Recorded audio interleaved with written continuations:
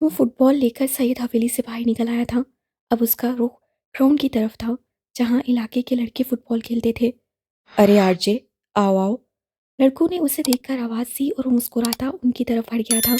उसकी नज़रें एक इंसान को तलाश कर रही थीं, जिसका कल मधिया ने उसे बताया था कि जब वो घर आ रही थी ड्राइवर के साथ, तो एक लड़के ने बाइक पर उनका पीछा किया था और कुछ नाजेबा कलमात भी उछाले थे।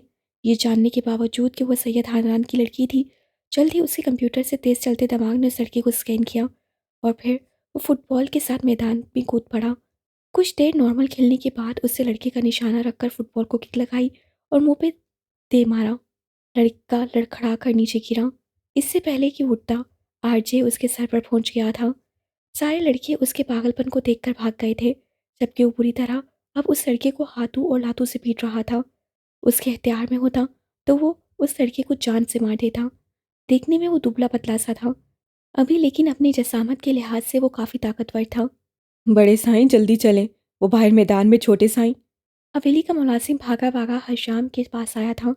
क्या हुआ आरजे को? छोटे साईं के नाम पर हशम के कान खड़े हुए और वो एक झटके से उठा। वो जी बाहर साईं एक लड़के को मार रहे हैं। मुलाजिम फूली सांसों के साथ मुश्किल से बोला था और हशाम उसकी बात पूरी होने से पहले बाहर की जाने भागा था। कुछ ही पल में वो मैदान में पहुंच गया था। वो लड़का नीचे पड़ा था, जबकि आरजे उसके मुंह पर खून से मार रहा था। आरजे, पागल हो गए हो, छोड़ो इसे। आशाम ने उसे खींचकर लड़के से दूर किया, जिसके मुंह से अब खून निकल रहा था। आरजे की गिरफ्त से निकलने के बाद लड़का दर्द से करा रहा था। मुलाजिम उसे उठाने के बाद वहां से भाग गया था। तुम्हारा दिमाग खराब हो गया है, तुम पागल हो गए हो जाहिल इंसान। लड़के की हालत देखकर हशाम का दिमाग घुमा और उसने आरजे को जोर से धक्का दिया था, जो खूनखार नजरों से उस तरफ देख रहा था जहां मुलाजिम उस लड़के को लेकर गया था। क्यों मारा इसे? हशाम ने सवाल किया, जबकि आरजे ने अब हवेली का रुख कर लिया था। तुमसे पूछ रहा हूँ, जवाब दो। उसके जवाब न देने पर हशाम चिल्लाया। रिलैक्स शामो काका, बिलावजा क्यों चीख रहे हो? वो इतने पुरसुकून अंदाज में बोला था जैसे कुछ हुआ ही नहीं, जबकि हशाम दंग रह गया था। मुझे वापस जाना है, देर हो रही है, पैकिंग भी करनी है। आ जाओ, चाय पीते हैं, फिर मैं चला जाऊंगा और तुम्हें मौका नहीं मिलेगा। उसका अपना हाथ भी जख्मी हुआ था। वो हशाम को सुलगाता आगे बढ़ गया था, जबकि हशाम सर पीट कर रह गया था। हानम सुबह सुबह कॉलेज के स्टाफ रूम में बैठी थी। आज उसका पहला दिन था। वो पूरी तरह से घबरा रही थी, दिल ही दिल में दुआएं कर रही थी कि उसका पहला तजर्बा कामयाब रहे। मिस हानम आ जाए, आपको आपकी क्लास सिखाऊं। कॉलेज कोऑर्डिनेटर ने उसे पुकारा। वो संभलती उसके पीछे लपकी। ये एफएससी पार्ट 2 की क्लास है, आज से आप इन्हें केमिस्ट्री पढ़ाएंगी। वो दोनों क्लास में दाखिल हुई। क्लास में एक तरफ लड़कियां, जबकि दूसरी जानिब लड़के बैठे थे। वो खुद भी अभी छोटी थी, समझ नहीं आ रहा था कि वो लड़कों को कैसे हैंडल करेगी।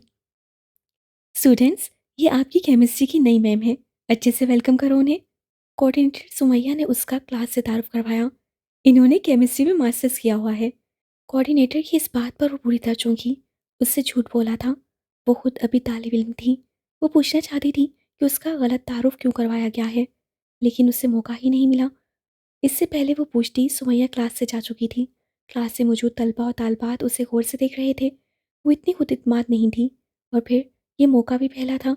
वो काफ़ी घबरा रही थी। मैम, आपका नाम क्या है? एक लड़की ने पूछा था। उम्मे हानम, वो अपने आप को पुरइत्मीनान बनाते हुए बोली थी। Nice name ma'am. लड़कों की तरफ से पहला कमेंट आया था। अल्लाह का नाम लेकर अब उसने क्लास का तारुफ लेना शुरू कर दिया था। मैंने पहले ही कहा था, ये लड़का कोई ना कोई कुल खिलाएगा। ये इस लायक नहीं है कि इसे यहाँ बुलाया जाए। सईद जबील काफ़ी गुस्से में थे। वो बेचैनी से ड्राइंग रूम में टहल रहे थे। सामने बीजान लकड़ी की बड़ी सी कुर्सी पर परजुमान थी। अगर वो लड़का मर जाता तो क्या जवाब देता मैं गांव वालों को? ये सब आप लोगों के लाड प्यार का नतीजा है। बीजान खामोशी से उनकी बातें सुन रही थी। कोई तो वजह होगी ना जो उसने ऐसा किया। बिलाहिर बीजान ने पहली बार कुछ कहा। वजह जो भी, उसे किसने ये हक दिया कि वो लोगों के सर फाड़ता फिरे? अब क्या जवाब दूं मैं उसके माँ बाप को, जो पंचायत बुलाने का कह रहे हैं? बाबा साईं, आप परेशान ना हो, मैं करता हूँ बात। वैसे भी इस लड़के ने पहले गलत हरकत की थी। हशाम ने आगे बढ़कर उन्हें हौसला दिया। बेशक उसकी हरकत गलत थी, मैं खुद निपट लेता। ये कौन होता है मारने वाला? इस सारे वाक़ये में मदिया खामोश बैठी थी। जाओ उसे बुलाओ, माफ़ी मांगेगा वो उस लड़के के माँ बाप से। बीजान ने मदिया से आरजे को बुलाने का कहा। लेकिन बीजान, वो तो चला गया। मदिया ने पुरसुकून लहजे में जवाब दिया। देख लिया आपने, हमें लोगों के सामने शर्मिंदा करके खुद भाग गया। सईद जबील भड़के। अच्छा हुआ बाबा साईं चला गया, यहाँ रहता तो फिर कुछ गलत करता। आप आराम करें, मैं करता हूँ बात उन लोगों से। अगर वो पंचायत का कहते हैं तो फिर ठीक है। सईदू की लड़की पर जुमले कसने की पादाश में उनके खानदान को भी सजा मिलेगी। वो सर से लहजे में कहता हवेली से निकलकर दरबारी हिस्से की तरफ बढ़ गया था। मसला ये है कि काजी भी मैं ही हूँ। अगर आपके लाडले को माफ़ी मांगनी पड़ गई ना, तो कभी भी नहीं मांगेगा और उल्टा मुझे ही शर्मिंदा करवाएगा। सईद जबील बीजान से कह रहे थे और बीजान को समझ नहीं आ रहा था कि वो आरजे को किस तरह सुधारे। खुशी खुशी क्लास से बाहर निकली थी। क्लास के तालिब इल्म अच्छे थे। कुछ ही देर में उसका इत्मीनान बहाल हुआ था और अब वो शुक्र कर रही थी कि उसका पहला दिन अच्छा गुजर गया था। कॉलेज से सीधा वो अपनी अकेडमी आई थी, जहाँ वो अब मेहरू के साथ कैंटीन पर बैठी समोसे खा रही थी। कैसा गुजरा पहला दिन? मेहरू ने पूछा। अच्छा था। किसी ने तंग तो नहीं किया? मेहरू ने दूसरा सवाल किया।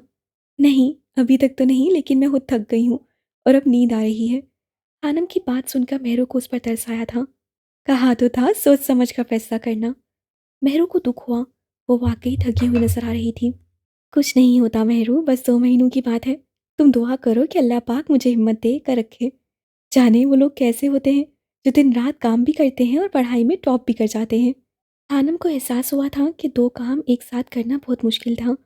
तुम्हारे जैसे होते हैं हानी, और तुम देखना एक दिन अल्लाह पाक तुम्हें बहुत सारी कामयाबियों से नवाजेगा। आमीन सुम्मा आमीन। खानम उसकी बात पर मुस्कुराई। अच्छा जल्दी करो, अब क्लास शुरू होने वाली है हमारी। बस ये चाय पी लो फिर चलते हैं क्लास में। खानम ने चाय का कप उठाते हुए जवाब दिया, जबकि मेहरू उसे प्यार से देख रही थी। मेहरू निस्सा के लिए उम्मे खानम बहुत अहम थी। वो बचपन से उसकी दोस्त थी। मेहरू का ताल्लुक अच्छे खानदान से था। पैसे की भी कमी नहीं थी। वो चाहती तो किसी अच्छे कॉलेज या यूनिवर्सिटी में दाखिला ले सकती थी एफएससी के बाद। लेकिन उसने खानम के साथ एक अकेडमी में पढ़ना पसंद किया था। वो उसकी सच्ची और मुखलिस दोस्त थी। ये शख्स मेरे मैसेजेस का जवाब क्यों नहीं दे रहा? माही लैपटॉप के सामने बैठी थी। उससे 3 दिन पहले हर शाम को मैसेज किया था, लेकिन उससे कोई जवाब नहीं दिया था। उसकी सांसें अब अटकने लगी थीं। ऐसा कैसे हो सकता है कि माहिन हमदान किसी को मैसेज करे और वो शख्स इग्नोर कर दे, जवाब ना दे? उसको दुख हो रहा था। बाहर गिरती बर्फ उसे मजीद उदास कर रही थी। माही, तुम परेशान मत हो। शायद उससे तुम्हारा मैसेज ना देखा हो। शायद वो मसरूफ़ हो। एला ने उसे दोपहर में हौसला भी दिया था, लेकिन उसका दिल डूब रहा था।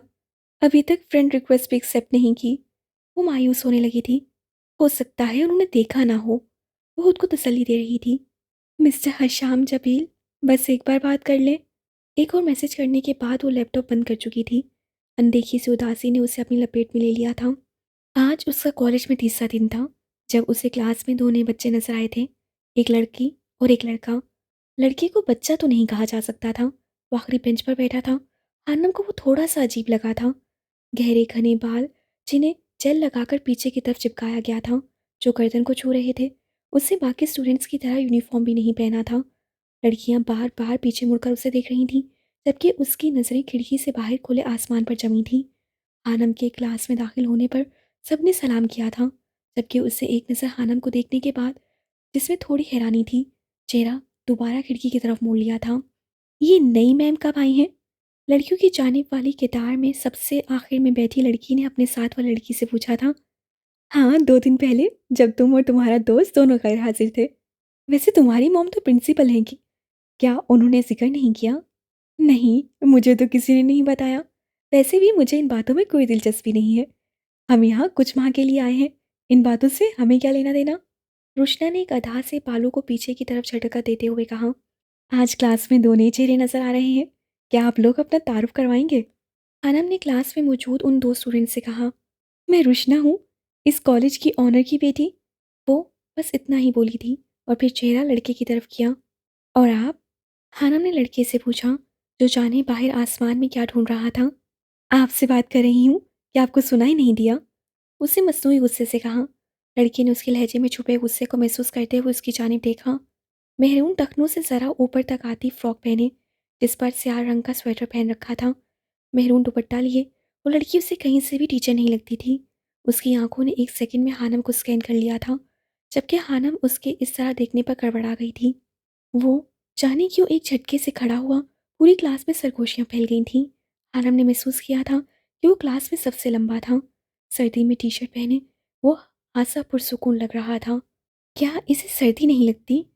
आनम ने दिल में सोचा। नाम क्या है आपका? वो पूछ रही थी, जबकि लड़का गहरी नजरों से उसे देख रहा था। रोहान जबील। सैयद रोहान जबील। वो हानम की आंखों में देखते हुए बोला था। उसकी आवाज़ काफ़ी रोबदार थी। मैम, ये आरजे।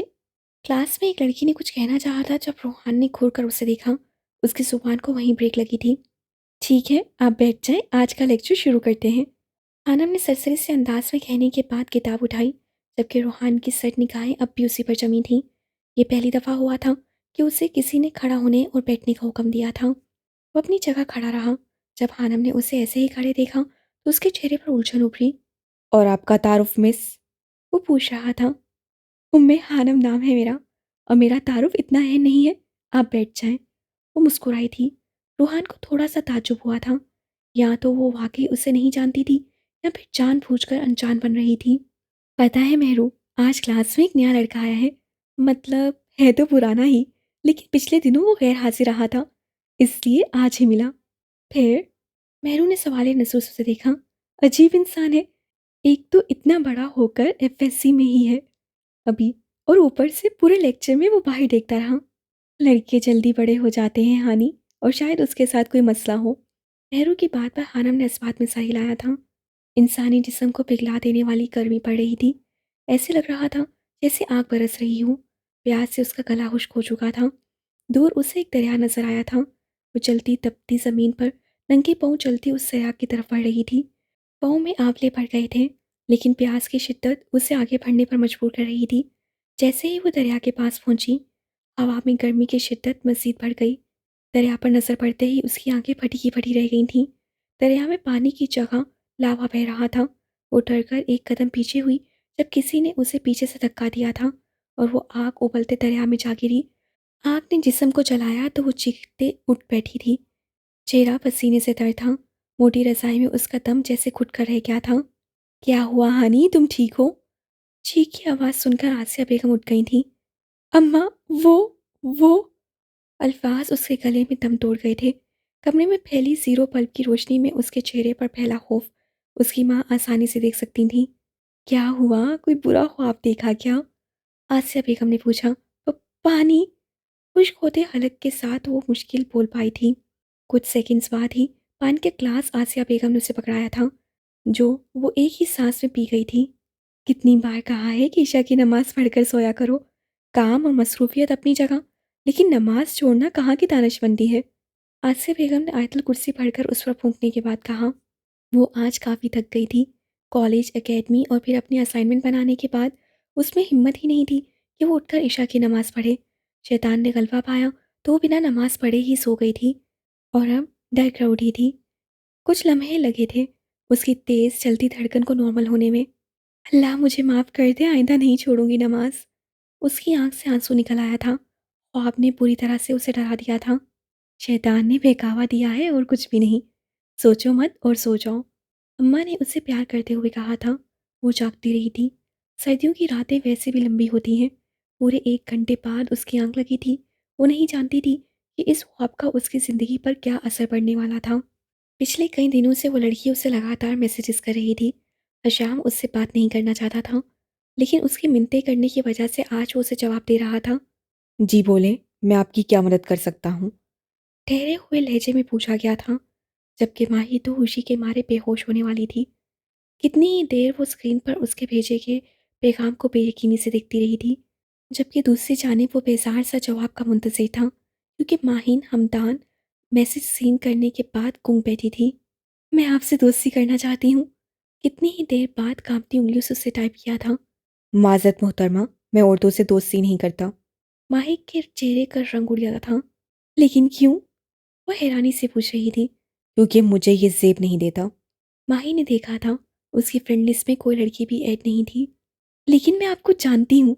आपको याद होगा, हम मिले थे पेरिस में, एफिल टावर के पास। वो उसे कुछ याद दिलाना चाहती थी।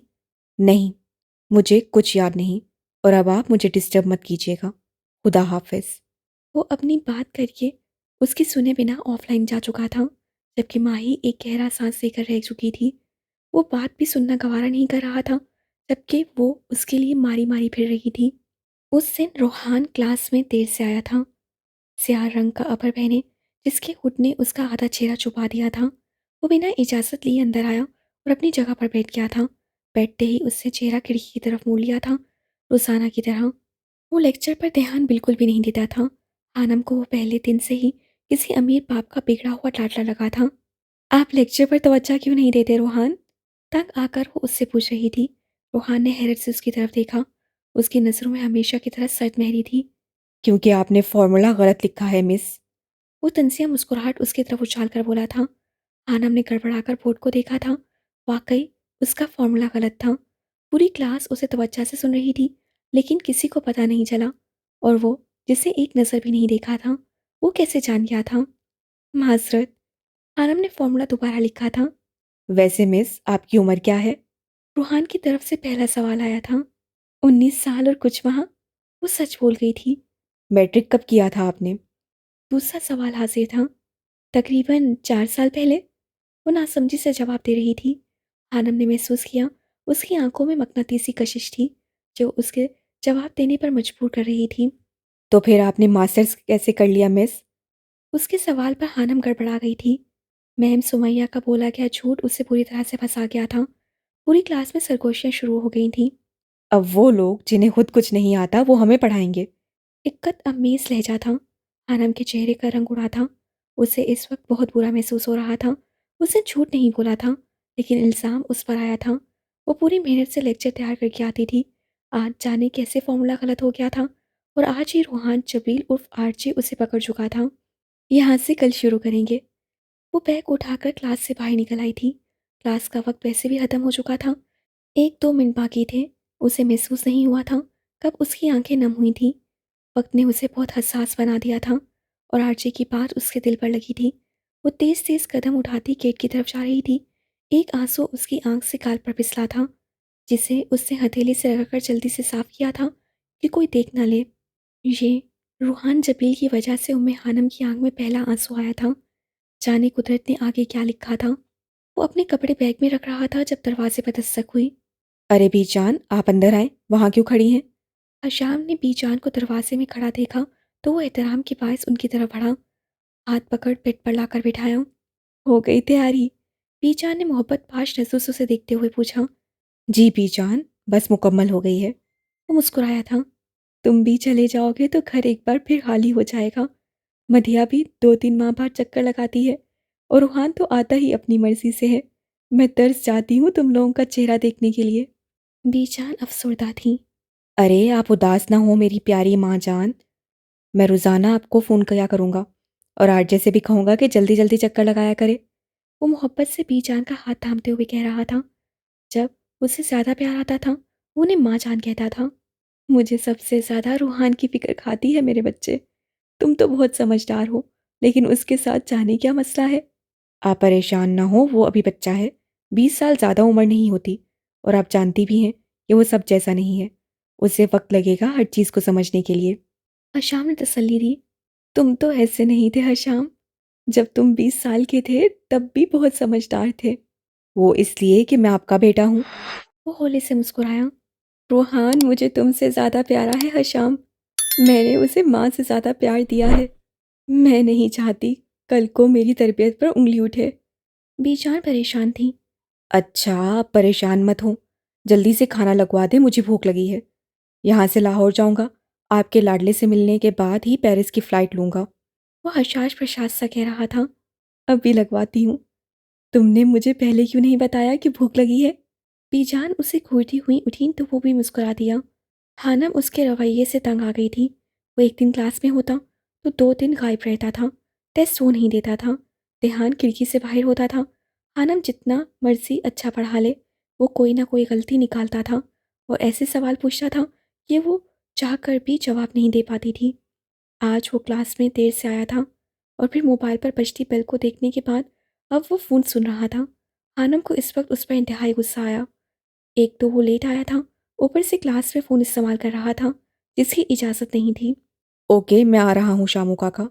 वो फ़ोन बंद करते हुए उठा और बिना पूछे दरवाजे की तरफ कदम बढ़ाए। कहाँ जा रहे हैं आप? आनम ने गुस्से से पूछा। ओह शट अप, तुम होती कौन हो मुझे रोकने वाली? वो बिना उसकी तरफ देखे आग लगाने वाले अंदाज से पूछ रहा था और आनम की बर्दाश्त खत्म हुई। पूरी क्लास के सामने वो उसकी बेइज्जती कर रहा था, जबकि पूरी क्लास गूंग बैठी थी। अपने वालिद साहब का नंबर तो दें ज़रा। वो खुद नहीं जानती थी कि वो क्या बोल रही थी। Oh really? वह हैरानी से मुड़ा। जी, आपके कारनामे उन्हें बताने हैं, वो उसे घूरते हुए कह रही थी। लिख लो। वो उसे नंबर लिखवाता क्लास से बाहर निकल गया था। क्लास खत्म होने के बाद आनम ने सबसे पहले रजिस्टर में उसका रिकॉर्ड चेक किया था, जिसमें वही नंबर लिखा था। उसने खुद के गुस्से पर काबू पाते वो नंबर मिलाया था। अशाम आरजी के साथ बैठा था जब उसके मोबाइल पर अनजाने नंबर से फ़ोन आया था। उसने कॉल पिक करने के बाद फ़ोन कान से लगाया। आप रोहान जबील के घर से बात कर रहे हैं? कोई लड़की बोल रही थी, जिसका लहजा सख्त था। जी, लेकिन आप? वो इतना ही कह पाया था। मैं उसके कॉलेज से मिस उम्मे खानम बात कर रही हूँ। मुझे आपके बेटे के मुतालिक ज़रूरी बात करनी है। आप बराए मेहरबानी कल कॉलेज तशरीफ़ ले आएँ। एक एक लफ्ज़ चबा चबा कर कहती वो हशाम जबील के चेहरे पर मुस्कुराहट फैला गई थी। अच्छा आप? टूं टूं। इससे पहले कि वो कुछ जवाब देता, फ़ोन डिस्कनेक्ट हो चुका था। हशाम ने सर नसों से रूहान की तरफ देखा। क्या है? खुद की तरफ घूरता पाकर रूहान ने पूछा। क्या किया है तुमने कॉलेज में मिस्टर आरजे? हशाम ने तनसे अंदाज से पूछा। क्या? वो मासूम बना। हशाम हैरान हुआ था। काफ़ी अरसे बाद उसके किसी तालीमी इदारे की तरफ से शिकायत आई थी। शुरू शुरू में स्कूल की तरफ से टीचर्स के फ़ोन्स आते थे, फिर जैसे ही सबको पता चला दोबारा किसी ने फ़ोन नहीं किया था। अब ये काफ़ी सालों बाद ऐसा हुआ था। तुम्हारी किसी टीचर की कॉल थी? कह रही थी आपके बेटे के मुतालिक ज़रूरी बात करनी है। ना चाहते हुए भी मुस्कुराहट उसके लबों को छू गई थी। ओह, यकीन नहीं होता वो इतनी बेवकूफ़ है। रूहान ने अफसोस से सर हिलाया। बताओ तुमने क्या गुल खिलाया है? ये तुम उससे जाकर पूछो ना जिसने फ़ोन किया है। मैं तो उसे देख ही लूँगा। आखिरी जुमला उसने आहिस्ता आवाज़ से कहा था। चलो ठीक है, फिर कल बात होगी इस मौजू पर। पेरिस जाने से पहले मैं तुम्हारी टीचर से मिलना पसंद करूँगा, जिसने आरजे की शिकायत लगाने की हिम्मत की है। जबकि उसकी बात पर रूहान के चेहरे के तासुरात तन से गए थे। मैं तुम्हें नहीं छोड़ूंगा मिस उम्मे खानम। वो तसव्वुर में उससे मुहातिब था, जबकि हशाम की गहरी नज़रें ये जानने से कासिर थीं कि उसके दिमाग में इस वक्त क्या चल रहा है था। उससे बात करने से इनकार कर दिया एला। वो मुझसे बात नहीं करना चाहता। माही की आवाज़ भराई हुई थी। किचन में काम करती एला ने पलट कर उसे देखा। किसकी बात कर रही हो माही, किससे इनकार कर दिया? वो पूछ रही थी। हशाम ने। माही के लब फड़फड़ाए। ओहो, तो इसमें रोने वाली क्या बात है पागल? एला ने उसकी नम आंखों की तरफ देखते हुए पूछा। जिस शख्स के लिए मैं इतना हवार हुई, वो मेरी बात सुनने तक के लिए तैयार नहीं है। मैं इसे अपनी बदनसीबी समझूं? ये उसकी बदनसीबी है माही, जो उसने तुम्हें नहीं समझा। एला ने उसकी बात काटी। चलो मेरे साथ और रिलैक्स हो जाओ। एला उसका हाथ पकड़ते हुए उसे ड्राइंग रूम में ले आई और उसे सोफे पर बिठाया था। माही ने आंखों में आई नमी को ज़बरदस्ती मुस्कुराते हुए साफ किया था। तुम तो कहती हो ना कि वो सैयद खानदान से है, एक आला खानदान से, जिसका वक़ार बहुत ज़्यादा है। तो सोचो, अगर वो फ़ौरन ही तुम्हारी बात मान लेता और तुमसे फ्लर्ट शुरू कर देता, तो तुम्हें कैसा लगता? वो माही के घुटनों के पास बैठी पूछ रही थी। माही ने चौंक कर उसे देखा। बोलो, क्या अच्छा लगता तुम्हें? एला ने दोबारा पूछा। नहीं। माही ने नफ़ी में सर हिलाया। तो मिस माही खुश हो जाएं आप कि आपका दिल किसी सताई मर्द पर नहीं आया, जो औरत देखकर ही मर जाता है, बल्कि शुक्र करो कि तुम्हारी पसंद आम नहीं है। एला ने उसका गाल थपथपाते हुए कहा। तो माही एकदम मुस्कुरा दी। एला की बात ने उसे फिर से जिंदा दिल कर दिया था। एक नई उम्मीद की सहर उसके अंदर जाग गई थी। वाकई उसने इस पहलू पर नहीं सोचा था। अब मैं कॉफ़ी बना लूँ? एला ने सवाल किया। मेरे लिए भी। माही मुस्कुरा दी और एला ने देखा था उसके मुस्कुराने पर जैसे सारे रंग फिजा में बिखर गए थे। एक मुस्बत उम्मीद इंसान को ऐसे ही तासतम कर देती है। वो स्टाफ रूम में बैठी टेस्ट चेक कर रही थी जब उसके मोबाइल पर बेल हुई थी। आनम ने मसरूफ से अंदाज से कॉल पिक की थी। हेलो। मिस उम्मे खानम? उसके हेलो के जवाब में पूछा गया था। जी बोल रही हूँ, आप कौन? मैं हशाम जबील बात कर रहा हूँ। कल आपने रोहान जबील के सिलसिले में कॉल की थी और मिलने का कहा था। मैं इस वक्त कॉलेज के बाहर खड़ा हूँ। क्या आप इस वक्त मिल सकती हैं? भारी मर्दाना आवाज़ में पूछा गया था, अलबत्ता लहजे में शाइस्तगी थी। जी, जी, आप अंदर आ जाएं, पीटीएम रूम में, मैं आपको मिल लूँगी। वो टेस्ट उठाते हुए पीटीएम रूम की तरफ बढ़ गई थी। जबकि दूसरी तरफ से फ़ोन बंद कर दिया गया था। तकरीबन 5 मिनट बाद कमरे के दरवाजे पर दस्तक हुई थी। यस, वो बिना दरवाजे की तरफ देख के बोली थी। वो आज ही सारे टेस्ट चेक करना चाहती थी। Excuse me. मर्दाना आवाज़ पर हानम ने सर उठाकर देखा था। अस्सलाम वालेकुम, मैं यहाँ मिस उम्मे हानम से मिलने आया हूँ। क्या आप उन्हें बुला सकती हैं? वो सवालिया अंदाज से पूछ रहा था। सामने बैठी लड़की उसे कोई स्टूडेंट ही लगी थी। जी, मैं ही हूँ उम्मे हानम। आप बैठ जाएं प्लीज़। हानम ने उसे मेज़ की दूसरी जानिब रखी कुर्सी की तरफ इशारा करते हुए कहा। इतनी छोटी सी टीचर। वो हैरान हुआ। क्या वाक़ई आप यहाँ टीचर हैं? वो ना चाहते हुए भी पूछ चुका था। जी। वो हल्का सा मुस्कुराई तो हशाम अपनी हैरानी पर काबू पाते हुए सामने रखी कुर्सी पर बरजमान हो चुका था। आप रूहान जबील के क्या लगते हैं? हानम ने डेस्क एक तरफ रखते हुए पूछा, क्योंकि सामने बैठा इंसान बाप तो कहीं से नहीं लग रहा था। मैं हशाम बिन जबील हूँ, रूहान का बड़ा भाई। उसे कसन कहना ज़रूरी नहीं समझा था। अब आप बताएं किस सिलसिले में मुझे यहाँ बुलाया गया है और क्या किया है रूहान ने? दीवार में बनी ग्लास विंडो से धूप की शुआएं छनकर अंदर आ रही थीं और उन दोनों के दरमियान रखे मेज़ पर चमक रही थीं। दरअसल मुझे आपसे ये कहना था कि रूहान जबील थोड़ा अजीब है। या उसके साथ कोई नफ्सियाती मसला है? मेरा मतलब। हाँ, वो थोड़ा नहीं बहुत अजीब है। हशाम ने उसकी बात की तस्दीक की। है ना? मुझे पहले ही दिन शक हो गया था। वो क्लास में देर से आता है, ज़्यादा गैर हाजिर रहता है और बहुत ही ज़्यादा। बदतमीज़ी करता है। हशाम ने उसकी बात काटी। जी बिल्कुल। अनम के मुंह के साविया बिगड़ा। एक भी टेस्ट नहीं देता वो। और उल्टे सीधे सवाल करता है ना? वो एक बार फिर उसकी बात पूरी कर चुका था। आनम की आंखों में हैरानी उभरी। आपको तो सब पता है। ज़ाहिर सी बात है मिस उम्मे हानम, वो मेरा भाई है। 20 साल साथ रहा है, क्या मुझे नहीं पता होगा? वो ना जाने क्यों इतना बोल रहा था। 20 साल? आजकल बच्चे 17 साल की उम्र में इंटर कर रहे हैं और वो 20 साल का होकर भी इंटर में घूम रहा है। आनम ने अपनी तरफ से बड़ी बात की थी और आज शाम जबील ने मुश्किल से अपना कहकर जब्त किया था। लगता है आपको किसी ने भी कुछ नहीं बताया और आप रूहान जबील के बारे में कुछ नहीं जानती। जी, मैं समझी नहीं। आनम को वाकई कुछ समझ नहीं आ रहा था। वो इंटर का स्टूडेंट नहीं है बल्कि बीबीए कर रहा है। आखिरी सेमेस्टर फ्रीज करके वो दिमाग के उलट जाने पर एफएससी करने आया है। क्या? हैरत से उसकी आंखें फैली। हशाम को इन बड़ी बड़ी ग्रे आंखों में फैली हैरानी अच्छी लगी थी। जी, उससे केमिस्ट्री नहीं पढ़ी थी। वैसे तो उसे ज़रूरत नहीं है, वो खुद भी किताब पढ़ता तो समझ जाता। लेकिन ना जाने क्यों वो यहाँ आ गया। वो जो करता है हमें उसकी समझ नहीं आती।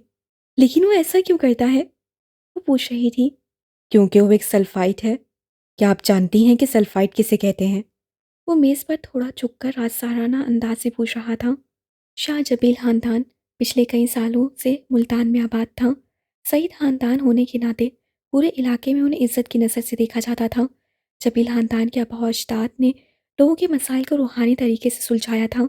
दूर दूर से लोग दुआओं के लिए वहाँ तशरीफ़ लाते थे और इसी तरह उनका सियासत में भी बड़ा नाम था। लोग उनसे अकीदत रखते थे। सईद जबील के दो बेटे थे, बड़ा सयाह जबील और उससे छोटा हैदर जबील। दोनों भाइयों की शादी कम उम्री में ही एक साथ कर दी गई थी। सयाह जबील के दो बच्चे थे, एक बेटा हशाम बिन जबील, जबकि बेटी मदिया जबील थी और उसकी बीवी हतीजा जबील नहायत शरीफ और इबादत गुजार खातून थी, जो अब बीजान के रुतबे पर फाइज थीं। जबकि हैदर जबील के घर शादी के 8 साल बाद बड़ी मिन्नतों मरादों वजीफ़ों और दुआओं की कबूलियत के बाद वो पैदा हुआ था, जिसका नाम आयशा जबील हैदर जबील की बीवी ने रुखान जबील रखा था। आयशा जबील को अपने बेटे से बहुत मोहब्बत थी। सिर्फ उसे ही नहीं, बल्कि पूरी सैयद हवेली में मौजूद लोगों को, जिनमें मुलाजमीन भी शामिल थे। रूहान जबील बहुत अजीज था। लेकिन जब वो पैदा हुआ तो रोया नहीं था। 4 साल तक वो बोल नहीं पाया था। जबील खानदान ने बहुत इलाज करवाया था उसका, लेकिन डॉक्टरों ने कहा था वो पैदाइशी नुक्स लेकर पैदा हुआ है, कभी बोल नहीं पाएगा। वो हर चीज़ का बहुत गहरी नज़रों से मुशाहिदा करता था। उससे गुस्सा बहुत आता था। शदीद जज्बात से उसकी आंखें सुर अंगारा हो जाती थीं। सिर्फ एक शख्स जो उसे सबसे अजीज था, वो था हशाम बिन जबील। पूरे 4 साल बाद मुआवजा हुआ था। वो पहली बार कुछ बोला था। पहली बार उसने किसी को पुकारा था। ना उससे माँ कहा था और ना बाप। उससे पहला लफ्ज़ जो अपनी ज़ुबान से अदा किया था वो था हशाम। वो बहुत साफ बोल रहा था, कोई हकलाहट नहीं थी उसकी ज़ुबान में। सईद हवेली में खुशी की लहर दौड़ गई थी। सदके के बकरे उसके सर पर से वारे गए थे। बस ये उसकी आखिरी खुशी थी जो सईद हवेली में मनाई गई थी। उसके बाद रूहान की हरकतों ने सबको मुसीबत में डाल दिया था।